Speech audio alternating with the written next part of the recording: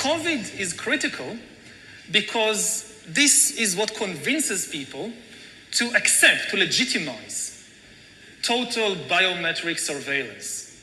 If we want to stop this epidemic, we need not just to monitor people, we need to monitor what's happening under their skin, their body temperature. Like we walked in here, we had to go through a body temperature test.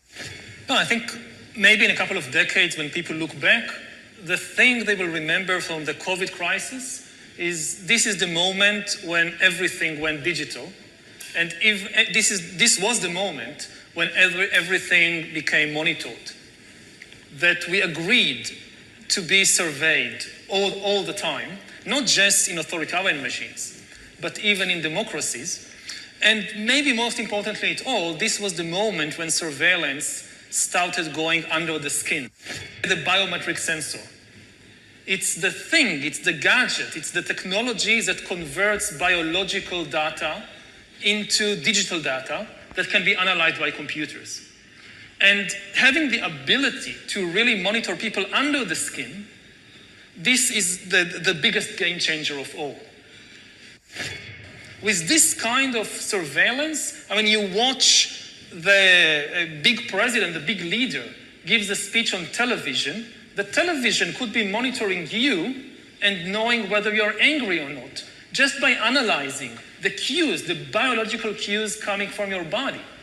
So people are now watching us online, all over the world, this conversation. Now, maybe even right now, the people who are watching us are being watched and analyzed. And the thing is, it's not just you're now watching this. The thing is, we know that you're watching this, and we also know how you feel. Are you angry about what you hear? Are you frightened? Are you bored? This is the kind of power that Stalin didn't have. When Stalin gave a speech, everybody, of course, clapped their hand and smiled. Now, how do you know what they really think about Stalin? It's very difficult. You can't have a KGB agent following everybody all the time. Even if you do it, he's just watching your outside behavior. He doesn't really know what's happening in your mind. But in 10 years, the future Stalins of the 21st century, they could be watching the minds, the brains of all the population all the time. And also they will have the computing power to analyze all that. It's not just having an agent following everybody all the time. The agent in Stalin's days writes a paper report, and you have these millions of paper reports piling up in Moscow.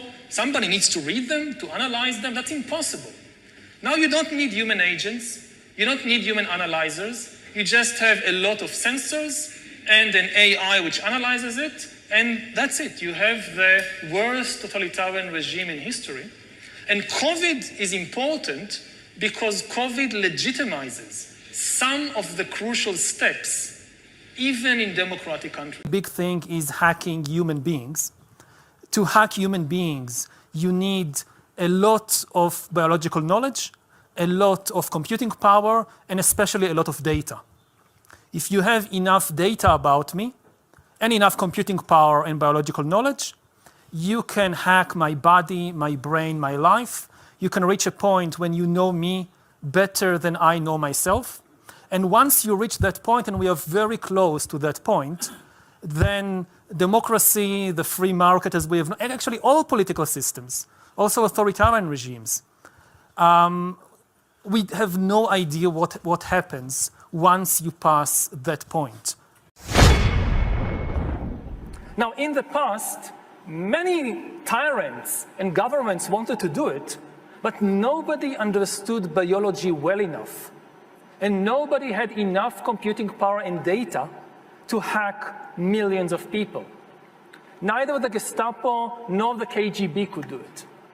But soon, at least some corporations and governments will be able to systematically hack all the people.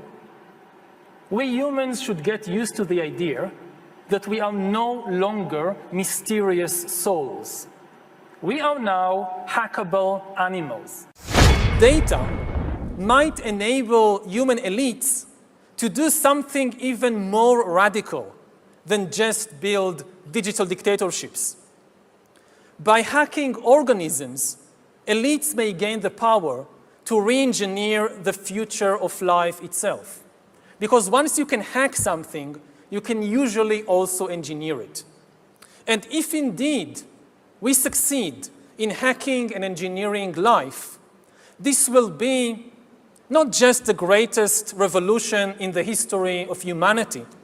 This will be the greatest revolution in biology since the very beginning of life 4 billion years ago. For 4 billion years, nothing fundamental changed in the basic rules of the game of life. All of life, for 4 billion years, dinosaurs, amoebas, tomatoes, humans, all of life was subject to the laws of natural selection and to the laws of organic biochemistry. But this is now about to change. Science is replacing evolution by natural selection with evolution by intelligent design. Not the intelligent design of some god above the clouds, but our intelligent design and the intelligent design of our clouds, the IBM cloud, the Microsoft cloud. These are the new driving forces of evolution. And at the same time, science may enable life, after being confined for 4 billion years to the limited realm of organic compounds, science may enable life to break out into the inorganic realm. So after 4 billion years of organic life shaped by natural selection, we are entering the era of inorganic life shaped by intelligent design. So does the data about my DNA, my brain, my body, my life, does it belong to me or to some corporation or to the government or perhaps to the human collective? Humans are now hackable animals. You know, the whole idea that humans have, you know, they have this soul or spirit and they have free will and nobody knows what's happening inside me. So whatever I choose, whether in the election or whether in the supermarket, this is my free will, that's over. Free will, that's over. That's over. Over. Today, we have the technology to hack human beings on a massive scale. Yeah, I mean, everything is being digitalized. Everything is being monitored. In this time of crisis, you have to follow science. It's often said that you should never allow a good crisis to go to waste, because a crisis is an opportunity to also do good reforms that in normal times people will never agree to.